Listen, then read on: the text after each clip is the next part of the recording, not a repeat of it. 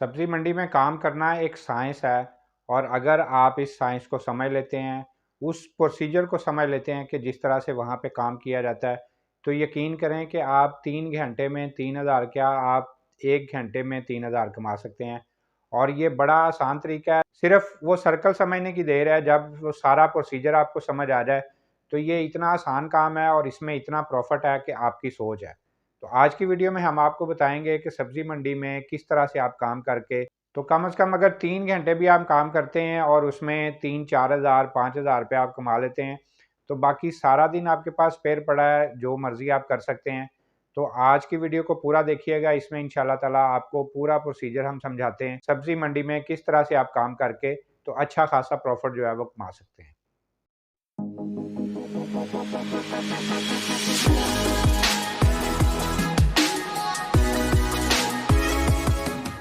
अस्सलाम वालेकुम जी, मैं हूं मोहम्मद अमीन और आप देख रहे हैं मेरा यूट्यूब चैनल। आपको पता है हम रोज़ आपके लिए नए-नए बिज़नेस आइडियाज़ और नई-नई बिज़नेस टिप्स लेके आते रहते हैं। आज मैं आपको बताऊंगा कि सब्ज़ी मंडी में या फ्रूट मंडी में काम करके तो किस तरह से आप अच्छी खासी अर्निंग हासिल कर सकते हैं, किस तरह से पैसा कमा सकते हैं और उसके बाद 3 घंटे काम करने के बाद आपके पास पूरा दिन पड़ा है, उसमें आप फिर आपकी मर्ज़ी है, आपने कुछ और करना है वो आप कर सकते हैं, कोई दुकान बना सकते हैं, कोई शॉप चला सकते हैं, कोई और जॉब कर रहे हैं, वो जॉब कर सकते हैं। तो बहुत इंटरेस्टिंग काम है ये, इसको सिर्फ़ समझने की देर है। सब्ज़ी मंडी का अगर तरीक़ाकार काम करने का आपको समझ आ जाता है, अगर आप सारा कुछ समझ लेते हैं कि किस तरह से वहाँ पे काम करते हैं, तो ये सारा प्रोसीजर आप समझ लेते हैं क्योंकि ये पूरी एक साइंस है और इस साइंस को समझने के लिए वहाँ पे तजर्बा हासिल करना बहुत ज़रूरी है। उसके लिए कुछ दिन आपको वहाँ पे लगाने पड़ेंगे, कुछ दिन वहाँ पे आपको विज़िट करना पड़ेगा, वहाँ पे देखना पड़ेगा, स्टडी करना पड़ेगा कि किस तरह काम करते हैं लोग, किस किस तरह से उनका बोलचाल का तरीका है, किस तरह से वो लोगों को डील करते हैं, किस तरह से वो अपनी प्रोडक्ट को प्रेज़ेंट करते हैं, किस तरह से उनका जनाब जब कोई माल आता है तो वो किस तरह से उसको रिसीव करते हैं, वहाँ पे जब बेचना होता है तो किस तरह से बेच रहे होते हैं। तो ये सारी चीज़ें स्टडी करने के लिए वहाँ पे आपको कुछ दिन विज़िट करना पड़ेगा, मुख्तलिफ़ लोगों को मिलना पड़ेगा, कोई रेहड़ी वालों को भी मिलना पड़ेगा, वहाँ पे जनाब कोई फट्टे लगा के बैठे हैं, उनको भी मिलना पड़ेगा, वहाँ पे जनाब कोई बंदा बोली लगा रहा है, उसको भी मिलना पड़ेगा, देखना पड़ेगा कि किस तरह से ये काम कर रहे हैं, इनका काम करने का तरीका क्या है, किस तरह से उनका बिहेवियर होता है कस्टमर के साथ या बाहर से जो जिसको फ़र्ज़ करें जी आढ़ती कहते हैं या जो भी माल लेके आते हैं, जो किसान आते हैं, जो फ्रूट वाले आते हैं, जो ट्रकों में माल भर-भर के लेके आते हैं, ट्रॉलियों में भर के लेके आते हैं, तो ये सारा कुछ आपको देखना पड़ेगा। जब ये कुछ 10-15 दिन आप वहाँ पे विज़िट करते हैं, आपको सारा प्रोसीजर समझ आ जाता है, क्योंकि ये तजर्बे के बगैर आप इसको नहीं कर सकते हैं। तजर्बा हासिल करेंगे, तजर्बे के बाद आप इसको शुरू करेंगे, तो इंशाअल्लाह ताला आपको बहुत ज़्यादा इसमें फ़ायदा मिलेगा और आपके लिए मुश्किल भी नहीं होगी, आपको बहुत आसानी के साथ सारा प्रोसीजर समझ आ जाएगा और फिर आप जब उस काम को शुरू करेंगे, तो इंशाअल्लाह ताला आपको उसमें किसी किस्म का नुकसान नहीं होगा। तो इसमें बहुत ज़्यादा प्रॉफ़िट है, बहुत ज़्यादा फ़ायदा है।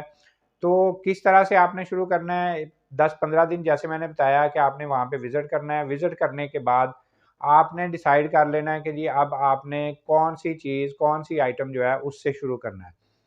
तो वो सारा कुछ करने के बाद समझ लें जी आपने 10-15 दिन वहाँ पे विज़िट कर लिया है, लोगों को मिल लिया है, स्टडी कर लिया है, लोग किस तरह से काम कर रहे हैं, उनका बिहेवियर किस तरह से है और आपने डिसाइड किया कि जनाब आप फ्रूट का काम करेंगे और फ्रूट में भी आपने देखना है कि कौन-सा फल जो है वो ज़्यादा लॉन्ग चलता है, जो कि 2-3 दिन, 4 दिन पड़ा भी रहे, तो वो ख़राब नहीं होता है, तो वो फ्रूट आपने लेना है। डिसाइड करते हैं जी चलें जी हमने सेब का काम करना है क्योंकि अब मौसम भी सेब का है और ये चीज़ ऐसी है कि ये 2-3 दिन अगर पड़ी भी रहे तो ये ख़राब नहीं होती और ऊपर से फिर सर्दियों का मौसम भी है, तो इसमें और ज़्यादा एडवांटेज हो जाता है। तो आपने सेब का काम करना है। अब आपने क्या करना है मंडी का क्योंकि टाइम होता है सुबह फजर टाइम, फजर से भी थोड़ा पहले जो है वो शुरू हो जाती है। लोग जो हैं अपने ट्रक लेके, अपनी ट्रॉलियाँ लेके, अपना माल लेके तो वहाँ पे पहुँच जाते हैं। वहाँ पे उनका एरिया एक डिफरेंट बना होता है जहाँ पे वो सारे ट्रक या ट्रॉलियाँ जो हैं वो लाइन में लग जाती हैं। वहाँ पे फिर बोलियाँ शुरू हो जाती हैं। वो जो भी चीज़ लेके आए होते हैं उसकी बोलियाँ लगती हैं। जिन्होंने वहाँ पे जो लोग स्टॉल लगाते हैं, जो मंडी में काम करते हैं, जहाँ पे उन्होंने रख के बेचना होता है, वो लोग भी वहाँ से खरीद रहे होते हैं और जो बाहर दूसरे शहरों से या दूसरे इलाकों से आए होते हैं, वो भी वहाँ पे आके उनसे ख़रीदते हैं और ख़रीद के तो वो माल ले जाते हैं। तो क्योंकि वहाँ पे वो समझ लें डायरेक्ट कस्टमर यहाँ पे आ रहा है, तो उससे चीज़ खरीदेंगे तो वो सस्ती मिलेगी। अगर वहाँ पे जो मंडी में बाद में लोग बैठते हैं, जो वहाँ पे अपने जनाब समझ लें जी वो लगा लेते हैं, स्टॉल लगा लेते हैं, फट्टे लगा लेते हैं या अपना जो भी माल रख के बेच रहे होते हैं, तो वो जो हैं वो इन्हीं लोगों से खरीद के तो वो वहाँ पे बैठे होते हैं। तो कुछ लोग उनमें ऐसे भी होते हैं जो कि डायरेक्ट अपना माल ला के वहाँ पे ट्रकों में नहीं बेच रहे होते, वो यहाँ पे रख के बेच रहे होते हैं ताकि वो थोड़ा-सा प्रॉफ़िट और ज़्यादा कमा सकें। तो कुछ लोग वो भी होते हैं, लेकिन मोस्टली जो बाहर से किसान या ट्रकों में लेके आते हैं, वो सारा वहाँ पे बेच के तो वो चले जाते हैं। फिर बाकी काम आगे जो है वो समझ लें दूसरे जो दुकानदार हैं उनका शुरू हो जाता है। तो वहाँ पे आपने जनाब देखना है कि कहाँ पे बोली जो है वो सस्ती लग रही है, कहाँ पे बोली जो है वो चीज़ जो है वो अच्छी है। तो वहाँ पे आपने चीज़ भी देखनी है और जनाब वहाँ पे बोली में हिस्सा लेना है। फ़र्ज़ करें जी एक पेटी आपको मिल रही है सेब की ₹600 में, वो आपने देखना है अच्छा जी चीज़ अच्छी है, बोली भी सस्ती लग रही है, तो वहाँ से आपने अभी छोटे से स्टार्ट करना है। थोड़े से स्टार्ट करेंगे तो उसमें आपको एक तो तजुर्बा साथ-साथ मिलता जाएगा,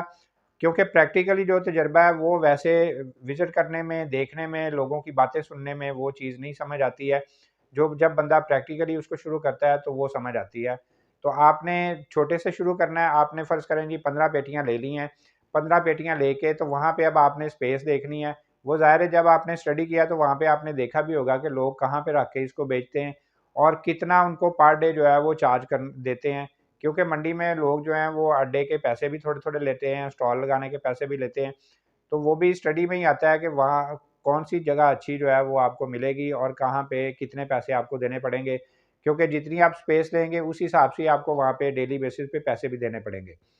तो वो स्पेस भी आपने देख ली हुई है, वहाँ पे अब आपने अपनी वो पेटियाँ रख लेनी है और जनाब आपने कस्टमर जो है वो अपने बुलाने हैं और कस्टमर बुला के ज़ाहिर है वहाँ पे बोली लगानी पड़ेगी। तो बोली लगाएँगे, वहाँ पे कस्टमर आपके आएँगे। अब आपने कम से कम ₹300 जो है वो पर पेटी जो है वो रखना है। अगर चलें जी हम 300 भी नहीं रखते हैं, ₹200 पर पेटी प्रॉफ़िट रख के तो आपने उसको बेचना है। अब 15 पेटियाँ आपने ली हैं, मेरा ख़्याल है कि वो ज़्यादा से ज़्यादा 1 घंटे के अंदर-अंदर आपकी वो जो है सेल हो जाएँगी।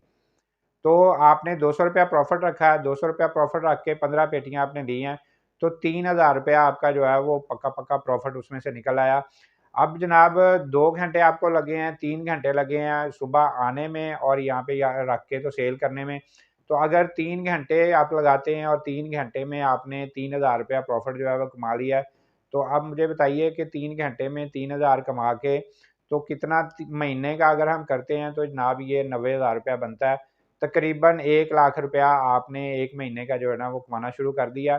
तो इसको फिर जैसे-जैसे आपका तजुर्बा बढ़ता रहता है, आप उसको बढ़ा सकते हैं। 15 पेटियाँ ली हैं, फिर आप 20 कर सकते हैं, 25 कर सकते हैं, 30 कर सकते हैं। तो जैसे-जैसे आप बढ़ाते जाएँगे वो उसमें ज़ाहिर है और भी आगे चीज़ें ऐड होंगी कि फ़र्ज़ करें आपने 30 पेटियाँ ली हैं, उसमें से 5 पेटियाँ बच गई हैं, अब उनको कहीं पे रखना है आपने, तो वो उसके लिए आपको स्पेस भी चाहिए। अब आप 50 पेटियाँ ले रहे हैं, तो वो ज़ाहिर है अगर 10 बच गई हैं, 15 बच गई हैं, सेल नहीं हुई हैं, तो वो आपने अगले दिन सेल करनी है, तो उनको रखने के लिए भी आपको जगह चाहिए। तो ये भी उसी चीज़ में ही आता है कि स्टडी करेंगे कि अगर मेरी चीज़ बच जाती है, तो उसको मैंने कहाँ पे रखना है ताकि मेरी वो चीज़ ख़राब भी ना हो और हिफ़ाज़त से पड़ी भी रहे, ताकि कल जब मैं आऊँ, तो मैं उसको निकाल के वहाँ सबसे पहले मैं इसको सेल करूँ, उसके बाद जो है वो फिर मैं दूसरा माल लूँ और फिर वो रख के तो सेल करूँ। तो इस तरीके से एक रूटीन के साथ, एक प्रोसीजर के साथ, एक टाइम के साथ आप चलते रहेंगे, आपको तजुर्बा भी मिलता रहेगा और आपको प्रॉफ़िट भी होता रहेगा। तो जब आप थोड़े से शुरू करेंगे, छोटे से शुरू करेंगे, आपका नुकसान भी नहीं होगा और साथ-साथ आप तजुर्बा भी हासिल कर रहे हैं और साथ-साथ आप प्रॉफ़िट भी हासिल कर रहे हैं। तो इस तरह से चलते जाएँगे इंशाअल्लाह आपको तजुर्बा भी मिलता जाएगा, फिर आप 1 आइटम रखेंगे, 2 रखेंगे, 3 रखेंगे, 4 रखेंगे, तो उससे आपको प्रॉफ़िट भी ज़ाहिर है ज़्यादा होता रहेगा और आपका एक्सपीरियंस भी बढ़ता रहेगा। फिर आप सुबह को अगर फ़र्ज़ करें मंडी में करते हैं, तो बाद में वहाँ से जो चीज़ें बचती हैं वो ला के आप कहीं पे अपना शॉप बना के, अपना कोई स्टॉल लगा के, अपना कोई भी रेडी लगा के, तो वो चीज़ें यहाँ पे रख के रिटेल के तौर पे यहाँ पे आप ज़्यादा प्रॉफ़िट रख के भी सेल कर सकते हैं। तो वहाँ पे 3 घंटे अगर काम करते हैं और फिर बाद में आके पूरा दिन आप ये काम कर लेते हैं, तो इससे आप देखिए कि ऑलमोस्ट आपकी इनकम जो है वो डबल हो जाती है। तो इस तरीके से अगर आप काम करेंगे तो इंशाअल्लाह ताला इसमें आपको फ़ायदा ही फ़ायदा मिलेगा। मंडी का काम जो है उसमें बहुत ज़्यादा बरकत है। तो एक दफ़ा करके देखेंगे तो इंशाअल्लाह आपको ये रिज़ल्ट मिलने शुरू हो जाएँगे। तो मैं उम्मीद करता हूँ कि आज का बिज़नेस आइडिया भी आपको अच्छा लगा होगा। इसी तरह के नए-नए बिज़नेस आइडियाज़ और नई-नई बिज़नेस टिप्स देखने के लिए मेरा यूट्यूब चैनल सब्सक्राइब करेंगे, बेल के आइकन को प्रेस करेंगे तो इसी तरह की वीडियोज़ आपको देखने को मिलती रहेंगी। तो इंशाल्लाह नए आइडिया, नई सोच के साथ आपके सामने दोबारा हाज़िर होंगे। अगली वीडियो तक के लिए अल्लाह हाफ़िज़।